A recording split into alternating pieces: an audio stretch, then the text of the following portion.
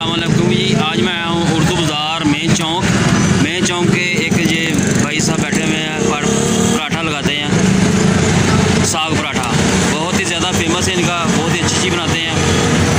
तो आइए आज का व्लॉग शुरू करते हैं और वीडियो को आपने देखना है और लाइक भी करना है। तो आइए आज शुरू करते हैं।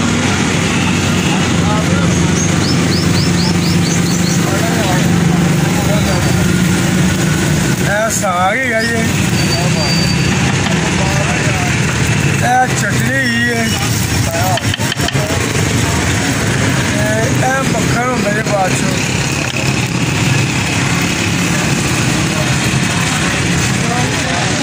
ऐसे फोटो पास से बैठे तो कितनी देर होगी वैसे?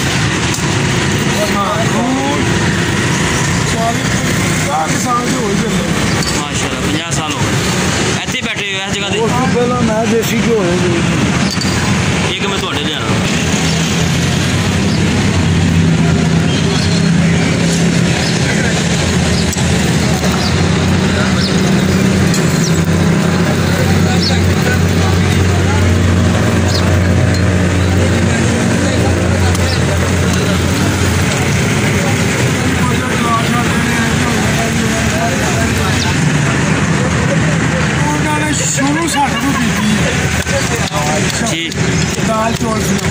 दाल चावल फिल्म शौकत चीमे थोड़े शुरू की थी माशाल्लाह। इंसान जिन्ना भी पढ़े लिखे है ना, मेहनत तो बगैर अगे नहीं जाए, मेहनत करनी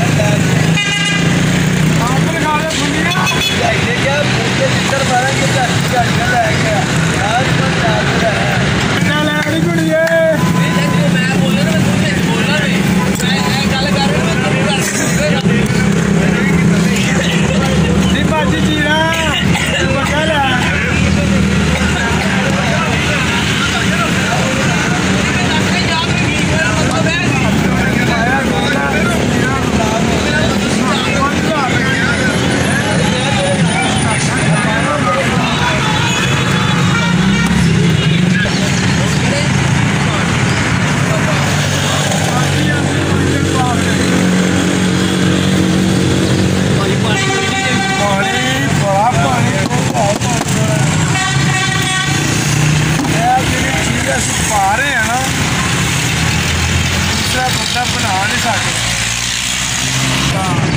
पापा चाचा सादा आ गया।